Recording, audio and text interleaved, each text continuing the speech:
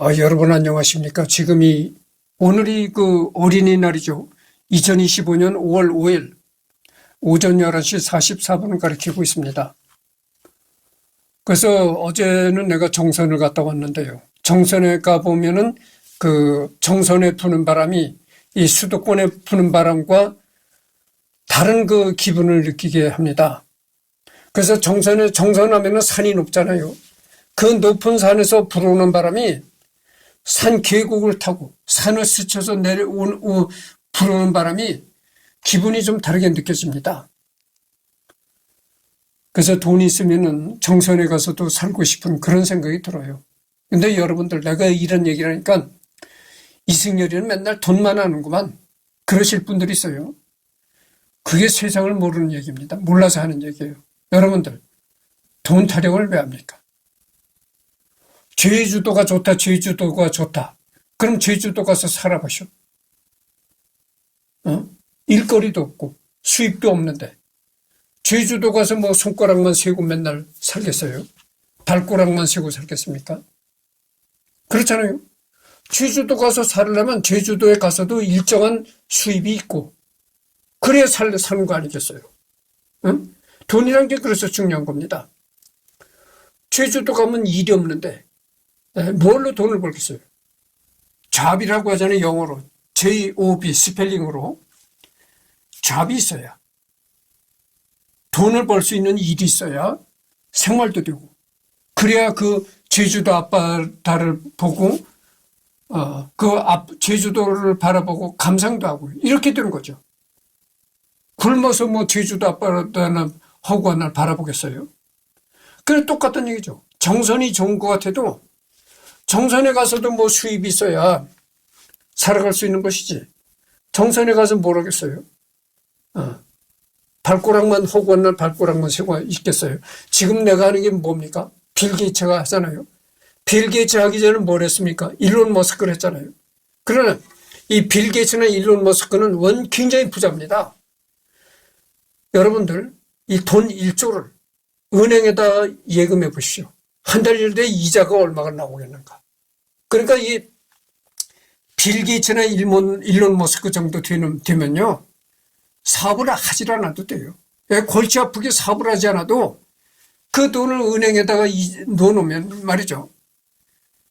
일론 머스크가 재산이 700 몇 조잖아요. 빌 게이츠는 100 몇 조다 이거죠.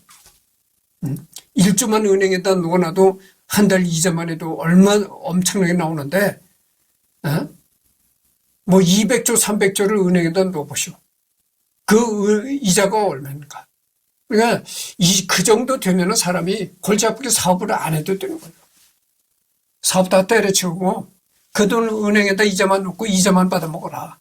그러면 정말 그럴 정도가 되면 정말 정선이 아니라 정선보다 더한 곳에 가서 맨날 하늘만 쳐다봐도 되고 맨날 허구한 날 산만 멍하니 바라봐도 되고 제주도 가서 맨날 허구한 날 앞바다만 멍하니 바라보고 살아도 된다 이거죠. 그 정도 되면은 아무 데 가서도 걱정 없이 살 수 있으니까 정말 바다만 바라보고 산다. 산만 바라보고 산다. 그렇게 될 수 있는 거죠. 그 정도 수준이 아니면은 먹고 살 길이 있어야 되는 거죠. 먹고 살 길이 없는데 굶어서 바다를 바라보겠어요? 그런 겁니다. 그래서 이제 이번에는 여기를 하차례죠. 이후 마이크로소프트는 애플에게 GUI 특허 사용권을 받아 1985년 GUI 인터페이스를 도입한 운영체제 윈도우 1.0을 발표하여 완전히 OS 시장의 주도권을 잡게 되고 사실상 IT업계의 1인자로 등극하게 된다. 마이크로소프트 윈도우는 GUI 방식 컴퓨팅을 전 세계로 확장시키는 데 큰 기여를 하였다. 세계 최초의 GUI 탑재 컴퓨터는 1981년에 탄생한 제록스 스타였는데 제록스의 기술연구소 PARC에서는 당시 이미 태블릿 PC, 내부 네트워크를 이용한 이메일 등 시대를 수십 년 앞질러 가는 기술들을 개발한 상태였다. 애플의 스티브 잡스는 제록스 스타의 GUI 시스템에 큰 감명을 받았고 산에서 인정받지 못하던 PARC팀을 스카우트해서 1984년 세계 최초의 상업용 GUI 방식 PC 애플 라이자를 탄생시켰다. 하지만 애플 라이자는 1만 달러에 달하는 가격 책정 때문에 팔리질 않았고 결국 잡스는 잘린다. 이후 빌 게이츠는 잡스 퇴출 이후에 애플을 상대로 재정적으로 압박하면서 실리콘밸리 악마로서 무자비한 사업 일화를 많이 만들어낸다.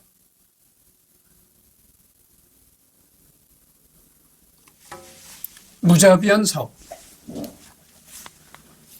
여러분, 무자비하다는 것이 말이죠. 모든 분야에도 사람은 좀 냉정할 땐 냉정해야 된다. 이런 게 필요하거든요. 그래서 냉정한 정신, 이런 게 좀 필요한데, 특히나 이 사업은 특이도 합니다. 사업이라는 건 정말 약육강식의 분야거든요. 아무리 뛰어난 부자도 까딱 잘못하면 한순간에 망할 수가 있는 게 사업이라는 거죠. 그렇게 무자비하고 정글의 법칙이 적용되는 것이 사업이다. 그렇기 때문에 사업가는 때로는 무자비하게 냉정해질 필요가 있다. 그겁니다. 1985년 마이크로소프트는 애플에게 GUI 특허 사용권을 받아 윈도우 1.0을 탄생시켰는데 이는 빌 게이츠가 1, 2년 안에 쓸모없어진 애플 소프트 계약 갱신을 교묘하게 이용하여 1985년 11월에 매킨토시 GUI의 영구적인 라이선스를 존 스컬리로부터 얻어냈기에 가능한 일이었다. 이 때문에 애플은 마이크로소프트에게 1988년 저작권 소송을 걸었지만 판사는 애플이 부주의하게 마이크로소프트에게 1985년에 사용자 인터페이스에 대한 권한을 영구적으로 넘긴 것으로 판결 내렸다. 또한 애플은 제록스로부터 GUI와 GUI를 위한 기술들에 대한 사용권을 구매했으며 자신들이 직접 개발한 GUI 요소에 대한 특허권을 가지고 있었다.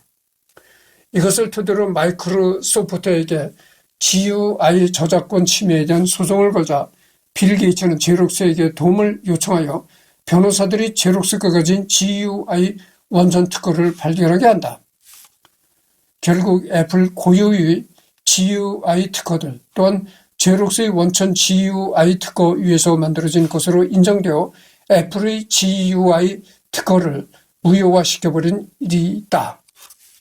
이 외에도 맥베이직을 묻어버린 일이 있다. 애플의 돈 데몬이 개발 중이던 맥베이직이 마이크로소프트에서 제작 중인 베이직 인터프리터보다 뛰어난 걸 알자 애플 소프트 계약을 빌미로 맥베이직을 포기하도록 요구하고선 맥베이직을 1달러에 사서는 무기한 보류시킨 다음 소스코드와 복사본을 전량 폐기시켜 버렸다.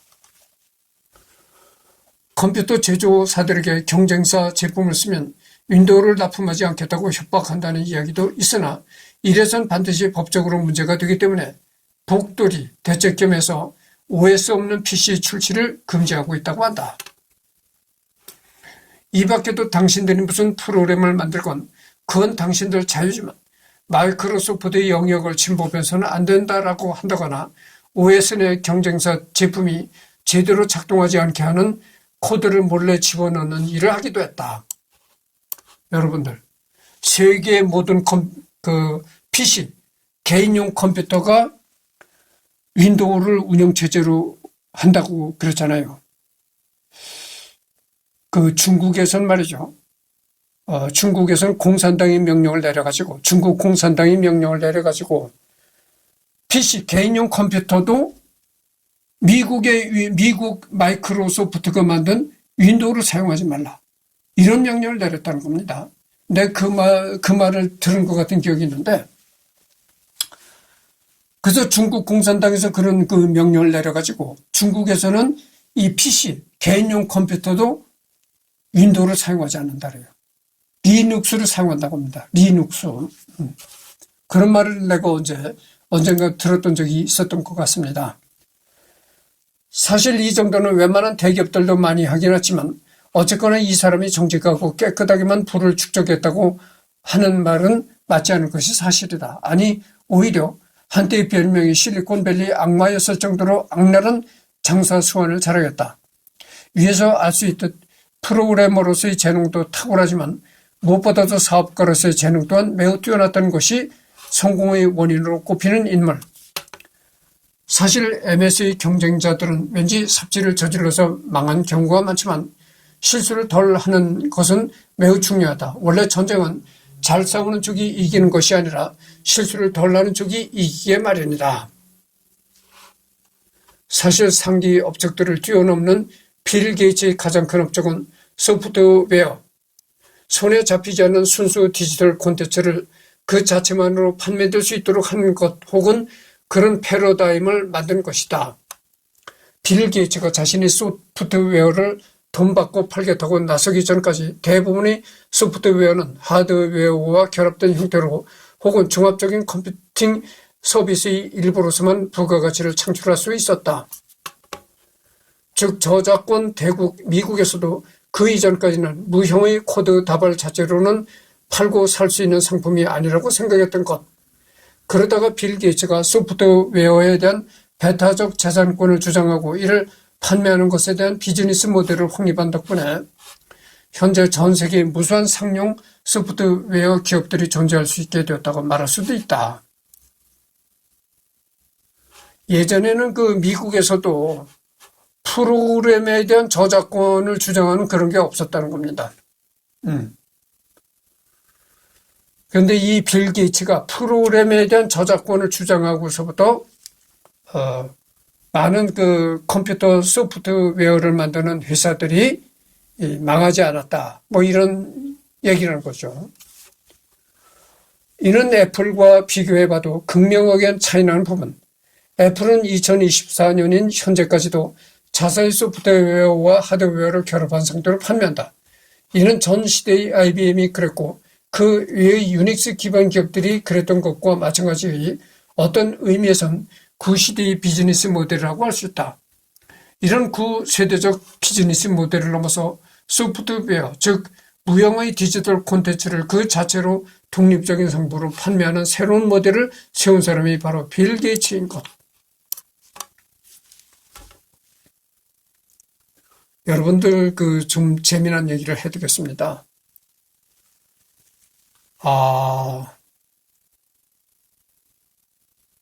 한 30년 전만 해도요. 용산에 그 전자상가 있잖아요.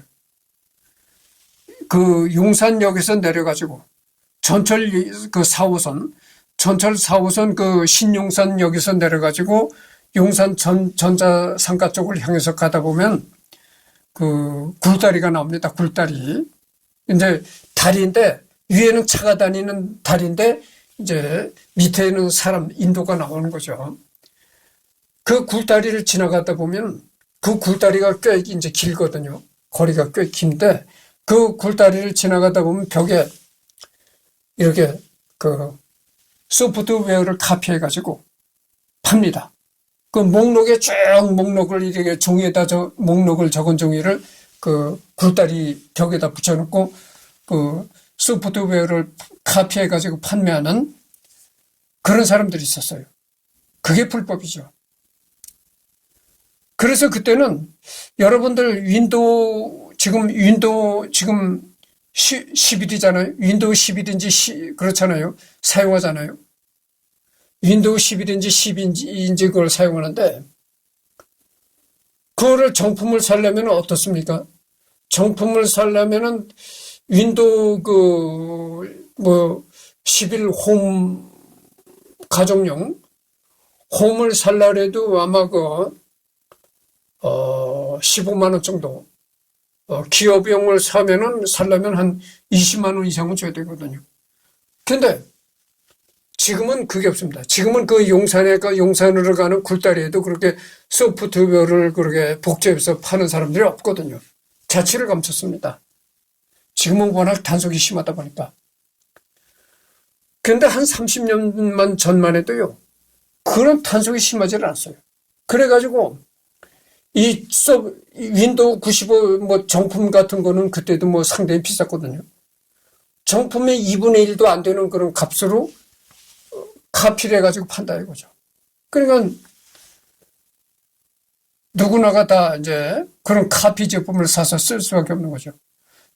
비싼 정품을 사서 쓰게 되면은 저는 또라이야, 병신이야, 이런 소리를 듣고 그랬을 때입니다. 그래서 그렇던 시절이 있었어요.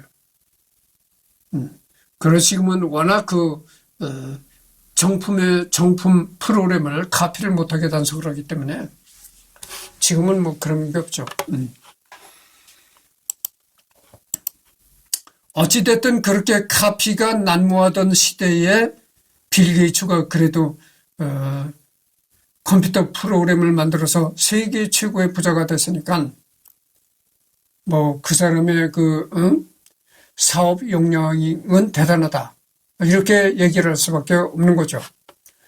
인터넷 익스플로러의 윈도우 끼워 팔기로 인하여 넷스케이프 등의 기타 웹브라우저 업체들이 고사하게 되자 2000년 미국 법무부는 해당 행위의 공정성에 문제를 제기하며 시스템 소프트웨어와 응용 소프트웨어를 나누어 기업 분할할 것을 명령했다.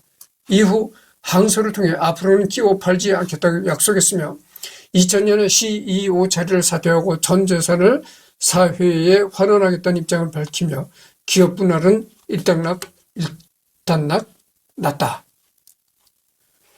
2008년 CES 마지막 기조연설했다. 기조연설 중 빌 게이츠의 마이크로소프트 출근 마지막 날이라는 비디오를 틀어줘 청중들의 웃음을 자아냈다.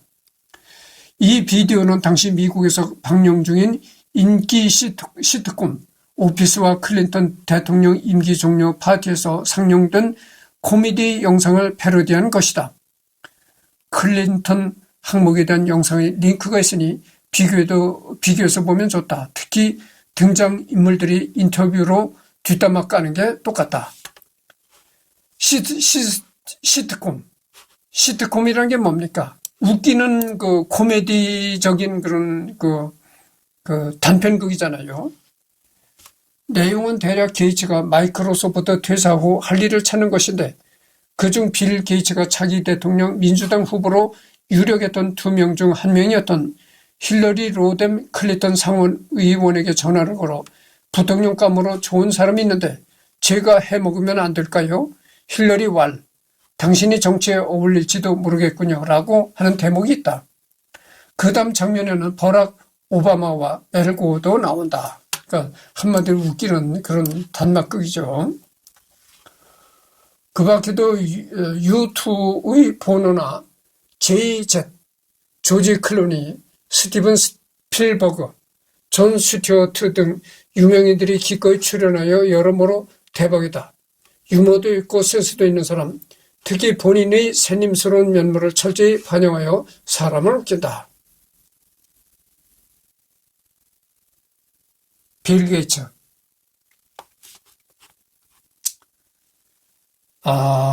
복귀와 완전 은퇴.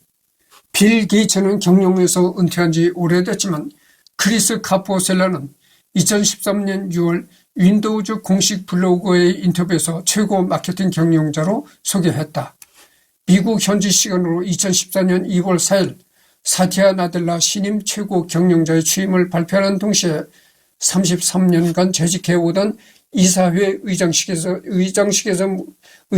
물러나 창립자 겸 기술 고문이라는 새 직책을 맡게 된다고 한다. 이는 은퇴 5년 만에 현역으로 복귀한 것이다. 2020년 3월 마이크로소프트의 이사직과 투자회사의 직책까지 모두 내려놓으면서 완전히 은퇴하고 교육 및 자선사업에 전념하겠다고 발표했다.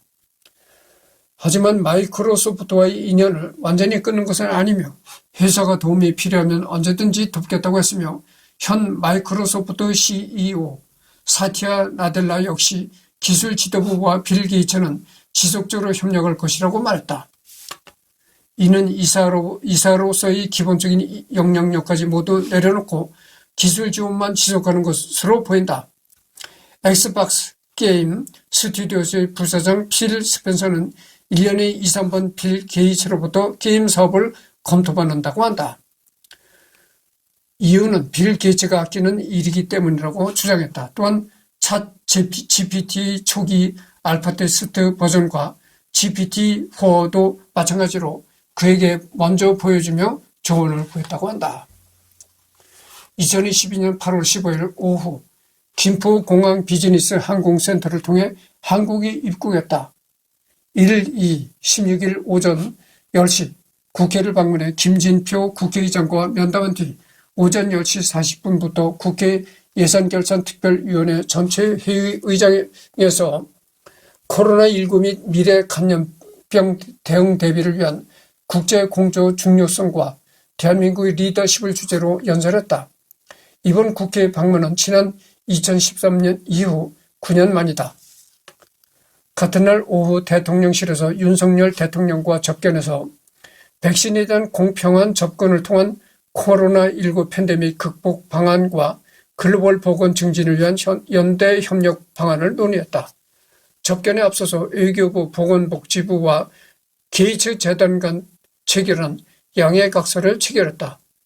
2023년 6월 무스타파 슐레이만과 리드 호프먼이 세운 인펙션 AI에 투자했다. 이 기업은 창업 1년 만에 무려 13억 달러 투자를 유치하며 400억 달러 기업 가치를 인정받았다고 한다.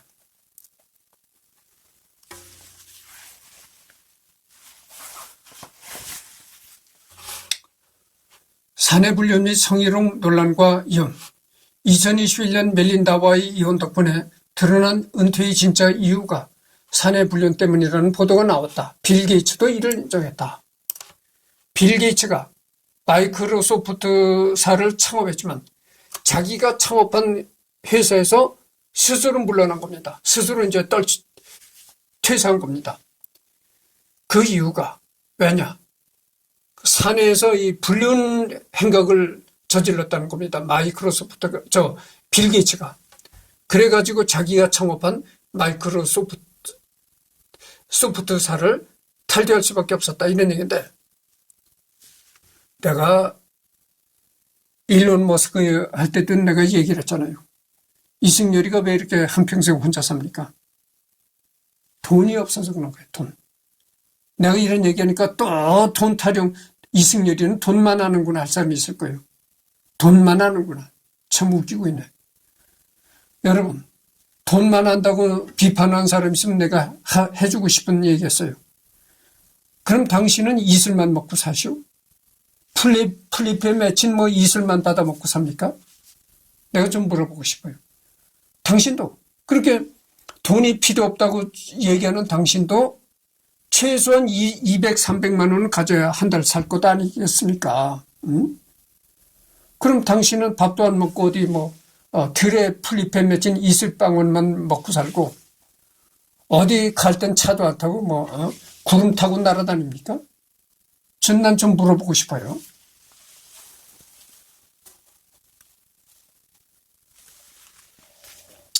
전화가 왔었는데 끊었습니다.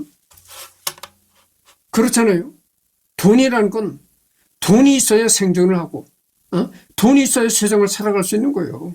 그렇게 자꾸 돈 얘기한다고 돈만 하는구만 이래서는 안 되는 겁니다. 그래서 내가 얘기를 하다 중단했는데 내가 왜 혼자 삽니까? 돈이 없으니까. 여자들이 나를 이승열을 거들떠도 안 돼. 여자가 없어서 장가를 못 갔다고 하니까 아니 왜 여자가 없어? 세상에 나가봐. 얼마나 여자가 많은가. 그렇죠. 여자가 많죠. 여자가 많은 건 사실인데 여자는 많지만 결혼할 수 있는 여자는 없다. 이런 얘기죠. 그럼 왜 결혼할 수 있는 여자가 없는가? 돈이 없으니까 거들떠 안 보는 거예요. 응? 만일에 내가 빌 게이츠나 일론 머스크처럼 돈이 많은 부자라면 어떻게 되겠어요? 왜 여태 혼자 살겠습니까? 그래서 이 여자라는 것은 말이죠. 돈과 아주 밀접한 관계가 있습니다. 네? 아니 여보시오. 그러면 또 이런 말하면 계속 그럴 거야. 참 맨날 타령하는 건 돈 타령이로구만. 여보시오. 재벌이 돈 많은 재벌이 나처럼 이렇게 독신으로 사는 거 봤습니까? 아니, 삼성이 이재용이가 혼자 산다? 아니, 이재용이도 결혼했었던 사람이잖아요. 나는 부모 이 배수가에서 나와가지고 여태 결혼식을 한 번도 안 한 사람이에요. 총각입니다, 총각. 예? 근데 이재용이는 한 번 결혼했었던 사람이다. 그거죠. 예? 여러분들, 재벌이 독신으로 사는 거 봤으면 나한테 얘기 좀 해보시오. 그래서 이 여자라는 것은 말이죠. 여자라는 건 돈과 밀접한 관련이 있습니다. 돈이 있으면 여자를 많이 거느리게 되는 거고, 돈이 없으면 평생 혼자 살게 되는 거예요.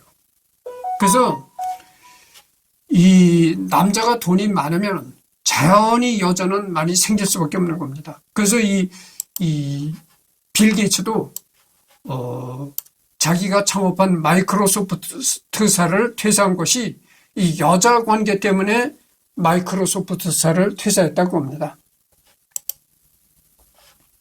26분을 경과했습니다. 조금 더 해드리겠습니다. 게이츠 재단이 전 관계자를 정보원으로 하는 월스트리트 저널의 후속 보도에 따르면 아동 성범죄 혐의로 수감, 옥중에서 자살한 부호 제프리 앱스타인과 빌 게이츠가 2011년부터 2014년까지 친분을 이어왔는데, 이 당시에는 이미 제프리 앱스타인이 성범죄로 유죄 판결을 받은 적이 있어서 멜린다가 빌 게이츠에게 지속적으로 이를 지적했음에도 불구하고 그가 교류를 지속해왔고, 결국 앱스타인이 감옥에 들어간 순간부터 이혼을 결심하게 된 것. 아내와 함께 만든 재단에서도 여성들에게 부적절한 언행을 했다고 한다. 이 돈이 많게 되면 말이죠, 여자들이 자꾸 유혹을 합니다.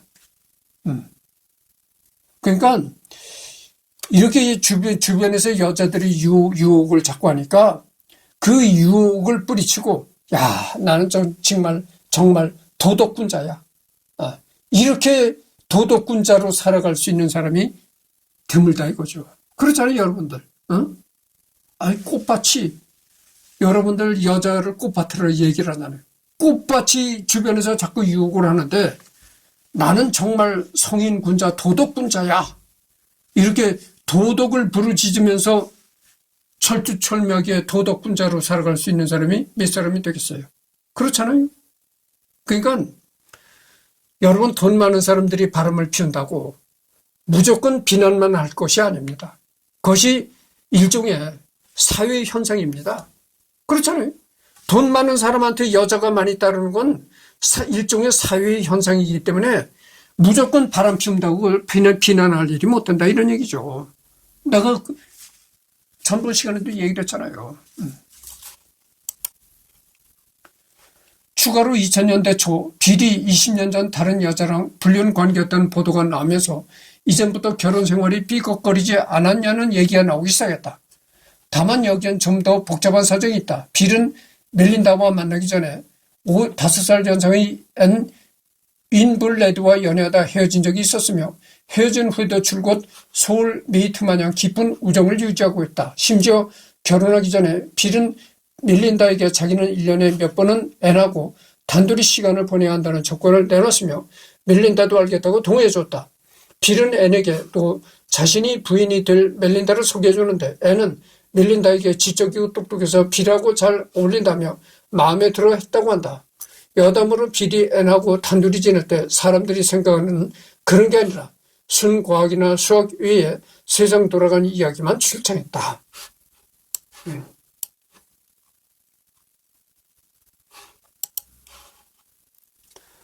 최근에는 빌 게이츠의 불륜과 성희롱 유혹에 대해 실태 조사를 하기로 결정되었다.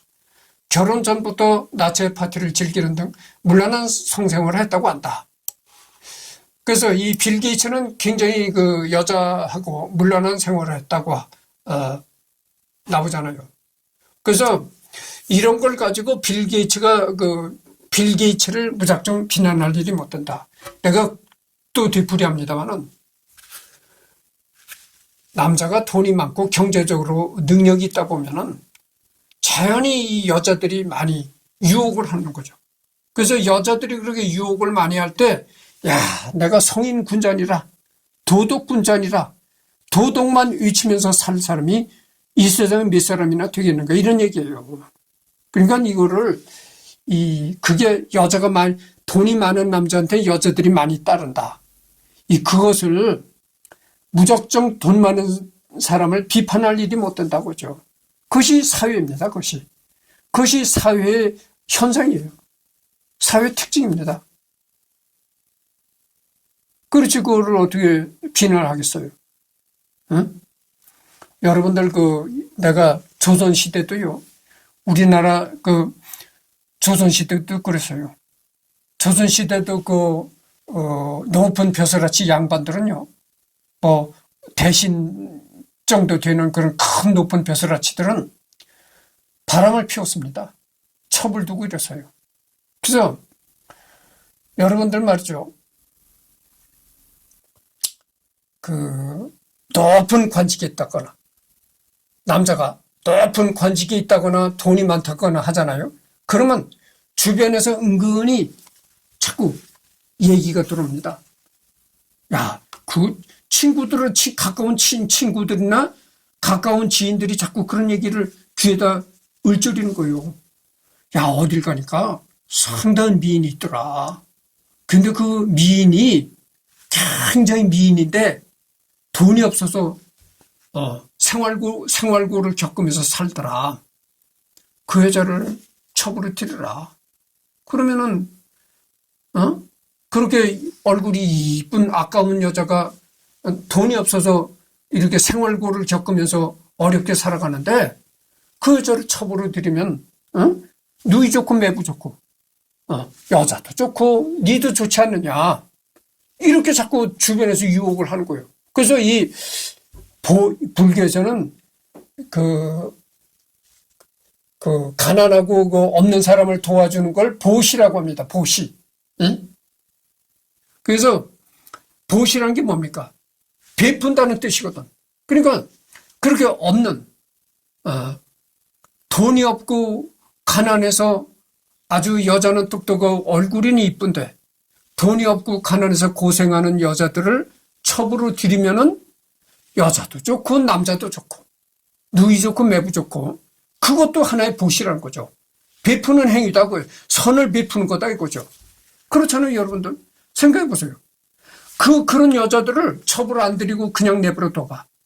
그 여자 한평생 고생만 하다 죽는 거야. 그러니까 야, 네가 이렇게 고생할 바에는 내 첩으로 들어와라.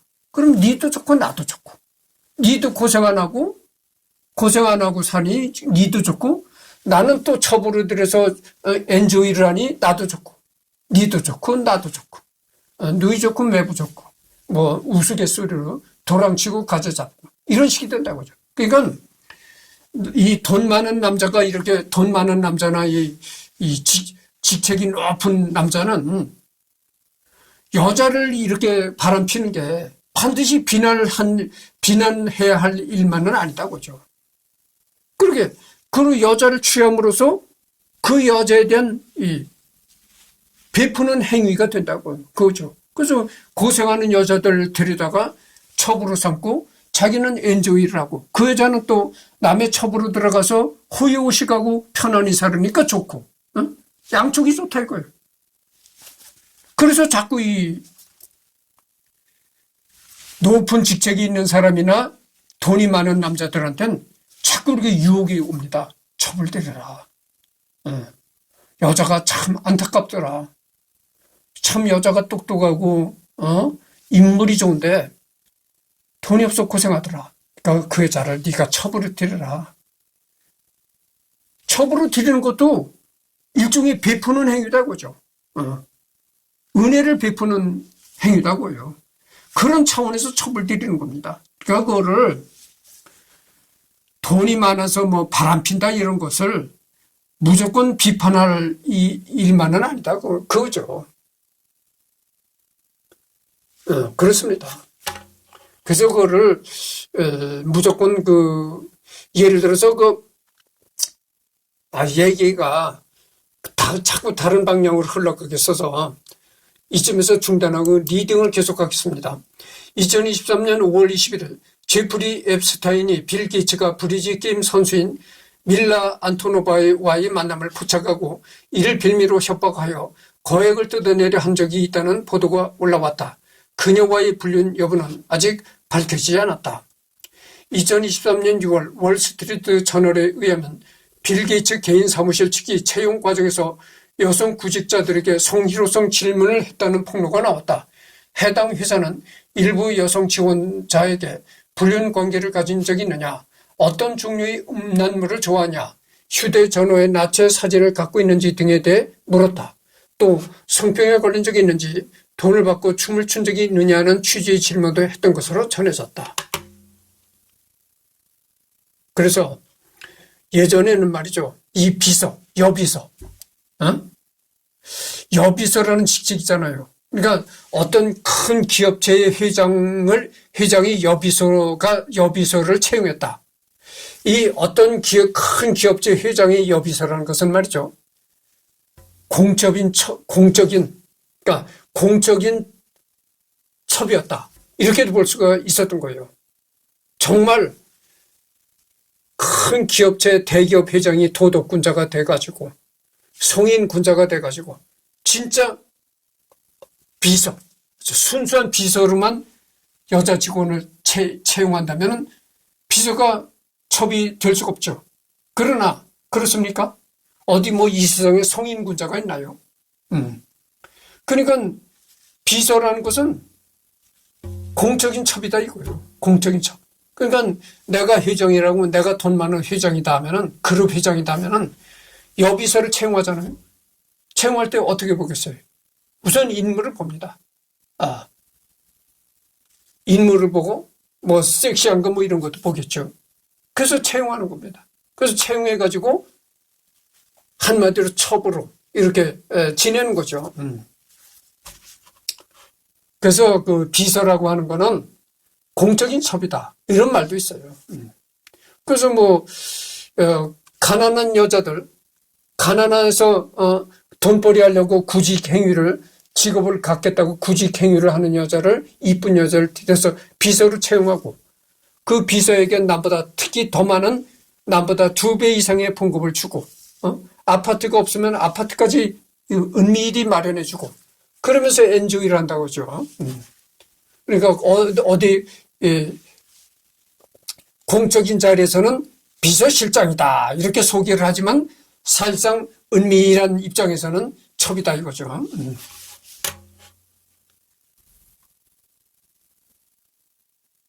그래서 지금도 대기업 회장들을 다 비난하는 것은 아니지만, 또 내가 그러잖아요. 비난할 수도 없다 이런 얘기를 했잖아요. 지금도 그럴 거예요. 지금도 대기업 회장 정도 되는 사람이라면은 남자 비서실장을 채용하는 건 모르지만, 남자 비서실장을 채용했다 하면 모르지만, 여자를 비서실장으로 채용한다는 것은 그런 거예요. 첩의 성격도 있다, 그렇게 볼 수 있는 거예요. 아니 대기업 회장이 그까지 아파트 한 채 마련해 주는 거, 그거 껌값이죠. 이쁜 여자 비서실장으로 채용해가지고 공적으로 어디 가서 소개할 땐 비서실장이다 그러지만, 은밀히는 남보다 더 이제 보통 직원들의 2배 이상의 봉급을 주고, 그 다음에 그 여자가 집이 없는 여자라면 은밀하게 아파트까지 이제 마련해주고, 그렇게 되는 거죠, 이제.